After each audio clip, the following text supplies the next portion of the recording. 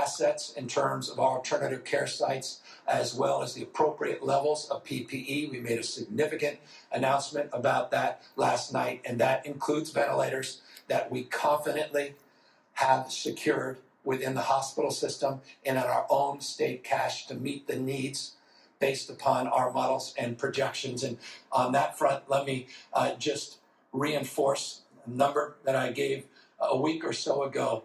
Well, let me go back.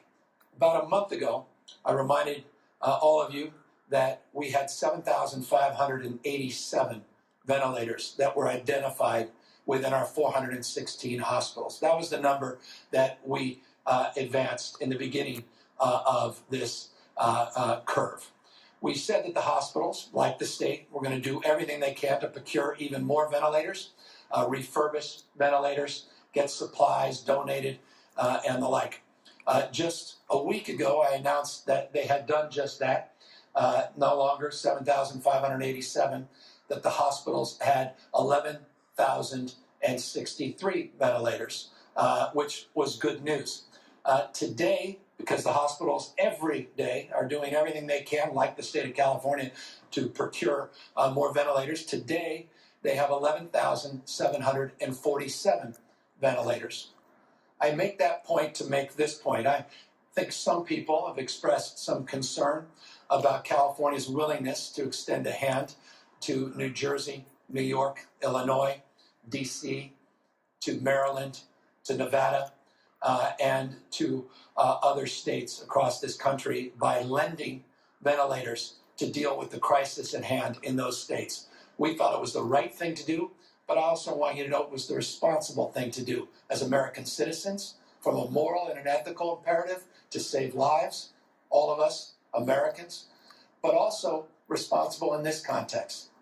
The hospital system alone is currently utilizing 31.89% of all their ventilators. Forgive me for the precision, but I think you deserve precision.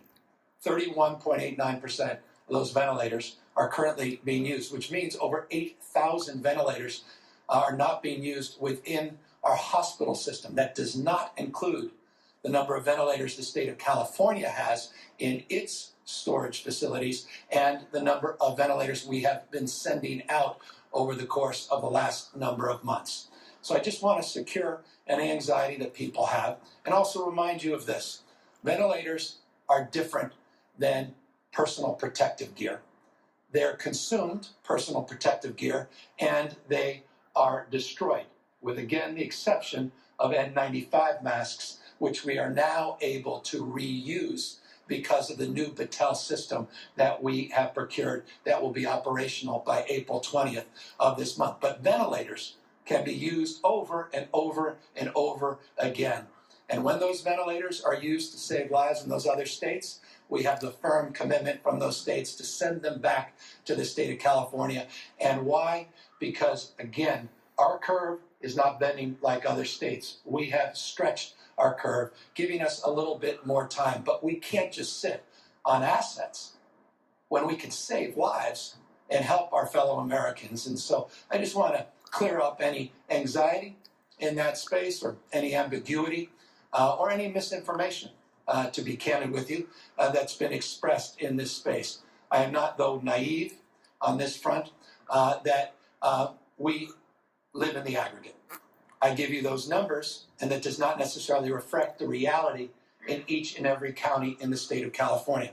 But within the hospital system themselves, they have a remarkable mutual support program and strategy. And the state of California, led by David Duncan, is responsible for our state's effort. They check in every single day to all the county health directors to check in on their current supplies, current need. And our ongoing resolve is each county should at least have 2 times as many vents as they need on any given basis, on the basis of how we then procure and process the redistribution or distribution of those assets.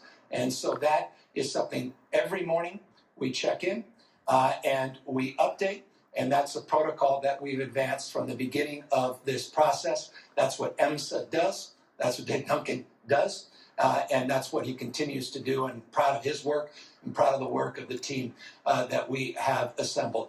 by no stretch am I naive as well that things can change and that we need to double down on our procurement and double down on our redistribution of these assets. That's a dynamic reality. We're well aware of that reality, and we have strategies to address that. And I just want folks to know those strategies include regionally pre-positioning these ventilators as well, which we've done so that we can save not just a day on the delivery, but quite literally hours on the delivery as those assets are called upon and needed.